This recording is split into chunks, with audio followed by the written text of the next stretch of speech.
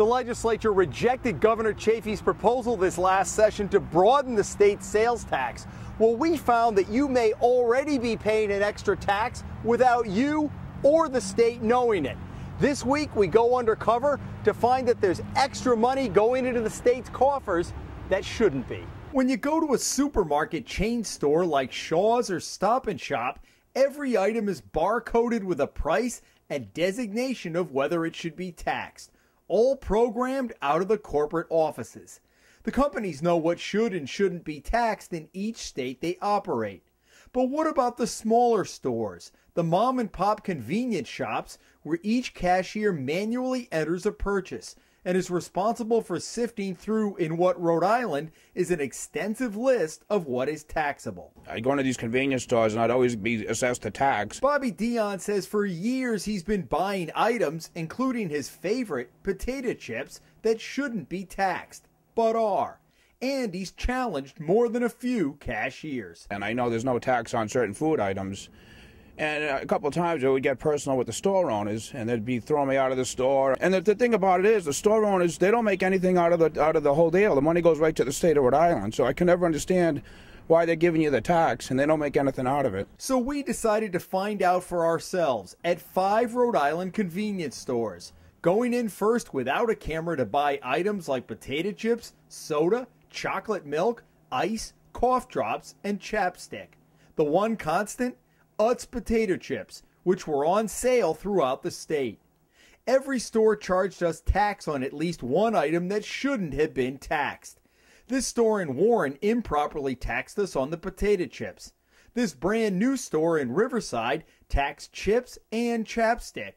Both are tax exempt. This store, also in Riverside, on each of the 2 visits, charged us for a bag of ice, also tax exempt. And this store in East Providence improperly taxed us on cough drops. Even this Rite Aid in Riverside, part of a huge national chain, taxed us on this bottle of 100% orange juice, which according to the Rhode Island Division of Taxation is tax exempt. So we decided to take our undercover camera into 3 of the stores. First up, the store in Warren. There's tax on those? We were charged $3.08.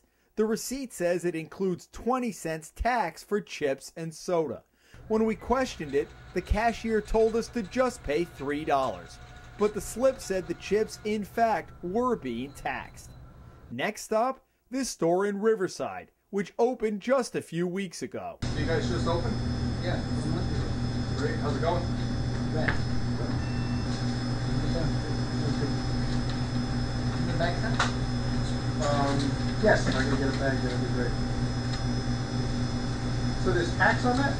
Yeah. On all of this? Yeah. Okay. You know, it's not supposed to tax any of that. You know that? It's not supposed to be taxed on any of that. You know that? No? Both times we visited, we were taxed on everything, including several non-taxable items. In fact, the chapstick had the words plus tax next to it on the price.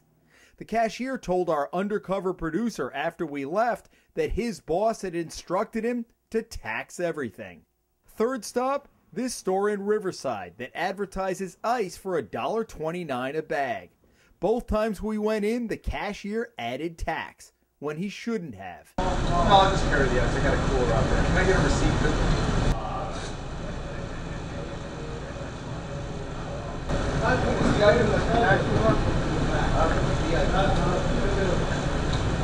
Every single one of them, all 5 plus a Rite Aid, charged me improperly for one item or another. That's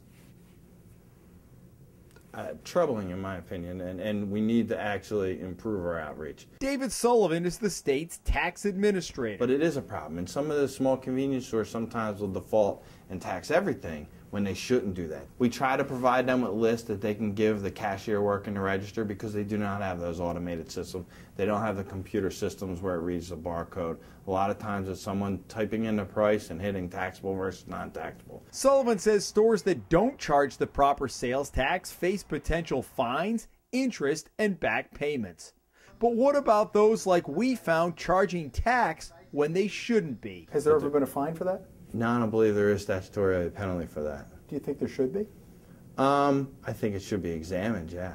I mean, shouldn't the message go out, quite frankly, that it's just as important to not charge the improper tax as it is to not be given the state the tax? One of the mottos that I use is we need to collect 100% of the taxes that are due to us, not a penny less, not a penny more.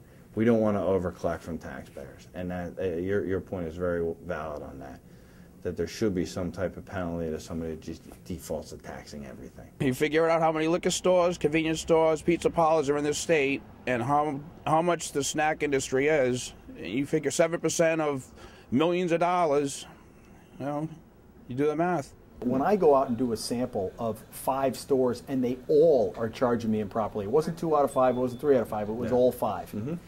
To me, that equals a lot of revenue over the course of time, because those companies today are still charging. The skeptic might say, if that's a lot of extra money coming into the state, what incentive does the state have to stop that? Because in effect, it's millions of dollars that you get. I believe it's my duty and my responsibility too. I don't think we should over-collect taxes from anybody.